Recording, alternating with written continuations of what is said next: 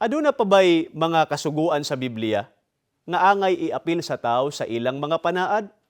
Dili lang sa pagsugat sa bag-ong tuig, kundili sa matag adlaw sa ilang kinabuhi. Aniya, paminawan ninyo dinhi sa Biblia gihapon.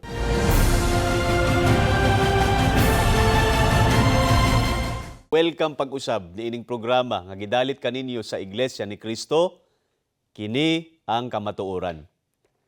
Sa sinugdanan sa matag tuig, kasagaran na sa daghang tao ang magbuhat o ginatawag nga New Year's resolutions o mga panaad alang sa kausaban sa ilang kaugalingon. Nagpasabot kini nga daghan gayud ang adunay positibo nga panlantaw sa matag sinugdanan sa tuig. Tungod kay giisip na nila nga makabuhat gayud sila og maayo nga pagbag-o sa ilang kinabuhi. Kay kun dili determinado ang usa ka tawo sa iyang gisaad, mahulog ra nga tiaw-tiaw lamang ang iyang New Year's resolution. Si Apostol Pablo adunay maayo nga tambag alang kanato sa pagsugod sa usa ka bag-ong tuig. Ania, basahon nato kining nasulat sa unang Tesalonica sa 5:1-3. Paminawan ninyo. Apan mahitungod sa mga panahon ug mga petsa, mga igsuon, kamo wala na magkinahanglan nga pagasulatan pa. Kay kamo nasayod na pag-ayo nga ang adlaw sa Ginoo moabot raon niya sama sa kawatan sa kagabhion. Sa diha nga ang mga tawo magakanayon, ania ang kalinaw ug kasiguruhan. Sa kalit moabot kanila ang pagkalaglag, maingon sa pagbati sa kasakit nga moabot sa babay nga talianak, ug sila dili makaikyas. Mga higala, gipahinumdom ni Apostol Pablo sa mga matuod nga Kristiyano nga angay silang mahibalo sa mga takna sa matag panahon. Sa ato pa, angay masayra nila ang buot ipasabot sa mga panghitabo sa ilang palibot. Tungod kay ang adlaw sa Ginoo moabot nga sama sa usa ka kawatan sa kagabhion. Apan mahimong mangutana ang uban, posible ba nga makahibalo kita sa mga kapanahunan o ang buot ipasabot sa mga panghitabo sa atong palibot? Labi na ang pag-abot sa Ginoo nga gipakisama sa kawatan sa kagabhion. Mga higala, paminawan ninyo kining tubag sa Ginoong Hesukristo. Dinhi sa Mateo sa 24, basahon nato ang 3:33 ug 6-8. Samtang naglingkod si Jesus didto sa bungtod sa mga olibo, ang mga tinun-an misikreto pagduol kaniya og nangutana. Sultihi kami kanus-a matuman kining tanan, ug unsa ang mahitabo nga magpaila sa panahon sa imong pag-abot ug sa katapusan sa kalibutan. Busa inigkakita usab ninyo niining tanan, hisayra ninyo nga duol na ang panahon ug hapit na gayud moabot. Makabati kamog mga gubat sa duol ninyo ug mga balita mahitungod sa mga gubat sa halayo. Apan ayaw kamo kabalaka. Kining mga butanga kinahanglan mahitabo. Apan wala kini magpasabot nga mauna ang katapusan. Maggubat ang mga nasod ug mag-away ang mga gingharian. May mga kagutom ug mga linog sa tanang dapit. Kining tanan sinugdanan pa lang sa mga kasakit. Mga higala, ang Ginoong Hesukristo mismo ang nagsulti sa iyang mga alagad nga adunay mga timailhan nga makita, nga nagpasabot nga hapit na gayud ang iyang pagbalik. Kini ang mga kagutom, mga kasakit, ug mga linog. Apil na ang mga gubat ug mga balita sa mga gubat nga sundan pa og gubat sa mga nasod ug mga gingharian. Kining mga timailhan nga gihisgutan sa Ginoong Hesukristo nahitabo na sa ming-aging mga panahon ug ang uban niini padayong nagapanghitabo sa atong panahon. Og gisultisab sa Ginoong Hesukristo nga kun makita na nato kining mga butanga, angay kitang makahibalo nga ang iyang pag-anhi haduol na gayud. Sa unsang paagi ba gihulagway sa Biblia ang mga panghitabo inig abot ni anang adlaw? Paminawan ninyo mga higala. Basahon nato dinhi sa ikaduhang Pedro sa 3, 7 ug 10 ingon niini ang inyong madungog. Apan pinaagi sa maura usab nga pulong ang mga langit ug ang yuta nga karon nagalungtad gikatagana alang sa kalayo, ginatipigan alang sa adlaw, sa panudya ug sa kalaglagan sa mga taong dili Diosnon.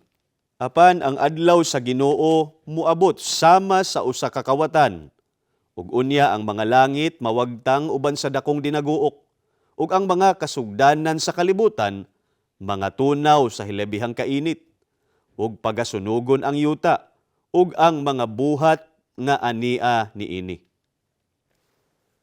Mga higala, ang adlaw sa paghukom, mao ang adlaw kun diin mugawas ang kalayo nga gikan sa Ginoo. Kini nga kalayo nga mutunaw sa mga butang, ang musunog sa yuta ug sa kalangitan. Sa ato pa, mao kana ang adlaw sa katapusan sa mga taong dili Diosnon o mga makasasala. Kung ang mga timailhan nga gisulti sa Ginoong Hesukristo ug sa iyang mga apostoles nagpasabot kini sa kalaglagan sa mga makasasala, unsa man usab ang buot ipasabot niini alang sa mga matuod nga alagad sa Ginoong Hesukristo. Aniya ang tubag, paminawan ninyo, basahon nato dinhi sa Roma sa 13:11 hangtod 14. Ingon niini ang inyong madungog. Ug gawas pa niini, kamo nahibalo sa takna, nga panahon na alang kaninyo sa pagmata, gikan sa pagkatulog. Kay karon, duol na kanato ang kaluwasan, kaysa dihang mituo kita. Ang kagabhion hapit na matapos, ug ang adlaw nagsing-abot na. Busa, isalikway nato ang mga buhat sa kangitngit, ug isulob nato ang mga hinagiban sa kahayag. Ingon nga anaa sa kahayag, magkinabuhi kita nga ligdong, dili sa pagpatuyang ug sa paghubog, dili sa mga salawayong pakighilawas ug mga kalawayan, dili sa pagpakig-away ug kasina. Apan isulob ninyo ang Ginoong Hesukristo, ug ayaw tagda ang unod alang sa mga pangibog niini. Mga higala, alang sa mga matuod nga alagad sa Ginoong Hesukristo, ang katumanan sa maong mga timailhan nga haduol na ang katapusan, nagpasabot nga ang adlaw sa ilang kaluwasan haduol na gayud. Kinsa man kining mga matuod nga alagad sa Ginoong Hesukristo nga nakapiho sa kaluwasan, ug nganong ang pagbag-ong kinabuhi pinaagi sa paglikay sa mga kasalanan mauman ang husto nga resolution o pagpanaad nga angay nilang buhaton. Aniya, basahon nato dinhi sa Galacia sa 5:19 hangtod 21. Ingon ini ang inyong madungog. Sayon kaayo pag-ila sa buhat sa tawhanong kinaiya. Makita kini diha sa salawayon nga pakighilawas, hugaw ug hilas nga mga buhat. Ingon man sa pagsimba sa mga Diyos-Diyos ug sa pagpamarang. Makita usab kini sa pagdinumtanay, pagbingkil-bingkil, sa kasina, sa kapungot, sa kahakog, sa pagkabahin-bahin, pagkamasinahon, pagkapalahubog, pagkamapatuyangon sa lawas nung kaibog, ug uban pang mga butang nga sama niini. Busa, pasidan-an ko kamo karon, sama sa akong gihimo kaniadto. Ang magbuhat niining mga butanga, walay dapit sa gingharian sa Dios. Mga mahal namong mga magtatanaw, gitinaw ni Apostol Pablo nga ang mga taong nagpadayon sa pagpakasala ug pagbuhat og mga buluhatong dautan o mga unod nung buhat, walay dapit sa gingharian sa Dios. Busa, kadtong mga buot gayud nga makadawat sa gisaad sa Ginoong Dios, kinahanglan nga magbag-o gayod sa matang sa ilang kinabuhi. Gawas pa niini, Aduna pa ba'y mga kasuguan sa Biblia nga angay iapil sa tao sa ilang mga panaad? Dili lang sa pagsugat sa bag-ong tuig, kundili sa matag adlaw sa ilang kinabuhi. Aniya, paminawan ninyo dinhi sa Biblia gihapon. Sa Proverbio, basahon nato sa 6:9 hangtod 11. Paminawan ninyo. Magpadayon ka ba lamang sa katulog, taong tapulan? Kanusa ka man mubangon. Muingon ka ba lamang, mutagpilaw lamang akog kadyot, o mangyugpos una ako, ug mupahulay og makadyot. Apan samtang matulog ka, muhasmag kanimo ang kawadon, sama sa armadong tulisan. Mga mahal namong higala, ang usa ka pananglitan sa mga kasuguan sa Dios adunay kalabtanan sa matang sa pagpanginabuhi sa tao.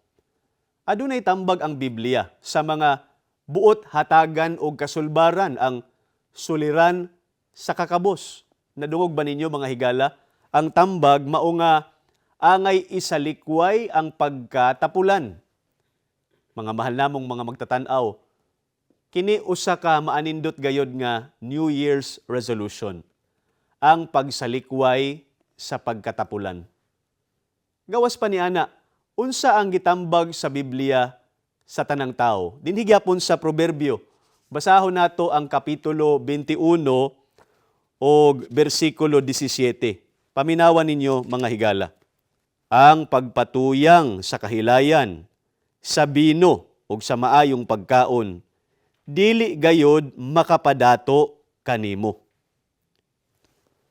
Mga higala, unsa pa ang gitambag sa Biblia sa tao? Kini usa ka tambag nga nahiuyon sa panahon. Labi na gayud sa mga kabatanunan.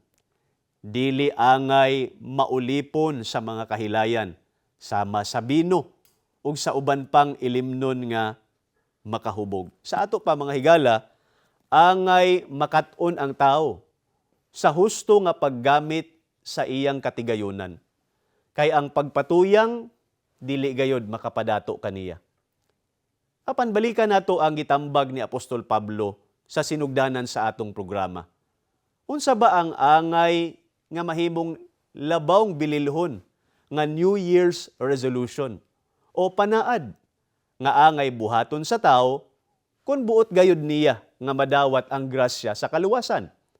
Dinhi sa Juan sa 17:9 o 16, paminawan ninyo ang tubag sa Ginoong Hesukristo. Busa si Jesus miusab pag-ingon kanila, sa pagkatinuod, magaingon ako kaninyo, nga ako mao ang pultahan alang sa mga karnero. Ako mao ang pultahan. Kung adunay musulod agi kanako, siya maluwas. Og ako adunay ubang mga karnero nga dili sakop ni ining turila. Kinahanglan pagamanduan ko usab sila, og sila magapatalinghog sa akong tingog. Og usaraon niya ang panon, og usa ang magbalantay. Mga mahal namong magtatanaw, gihulagway sa Ginoong Hesukristo ang iyang kaugalingon nga pultahan. Nga angay agian aron ang tao maluwas. Ug ang tao nga musulod agi kaniya, anaa sa sulod sa iyang usa ka panon. Atong hibaw-an mga higala, hain ban kining panon sa Ginoong Hesukristo kundiin hingkaplagan ang mga misulod agi kaniya.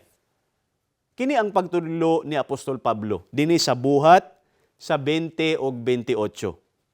Matnguni ninyo kung mao ang inyong kaugalingon ug ang tibuok panon nga niini gihimo kamo sa Espiritu Santo nga magbalantay aron pakanon ang iglesia ni Kristo nga gitubos niya sa iyang dugo.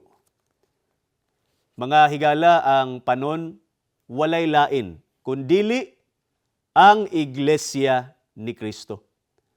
Unsa ba ang garantiya sa Ginoong Hesukristo sa mga sakop sa iyang iglesia? Sila nga misulod sa iyang panon, nga sila maluwas. Nang hinaot kami, mga mahal namong higala, nga inyong huptan ang mga pulong sa Dios ug sa iyang anak ang Ginoong Hesukristo nga nahasulat sa Biblia. Ug unta matuman kini sa inyong kinabuhi. Welcome gayud kamo nga muuban ka namo sa among mga pagsimba ug mga pamamahayag.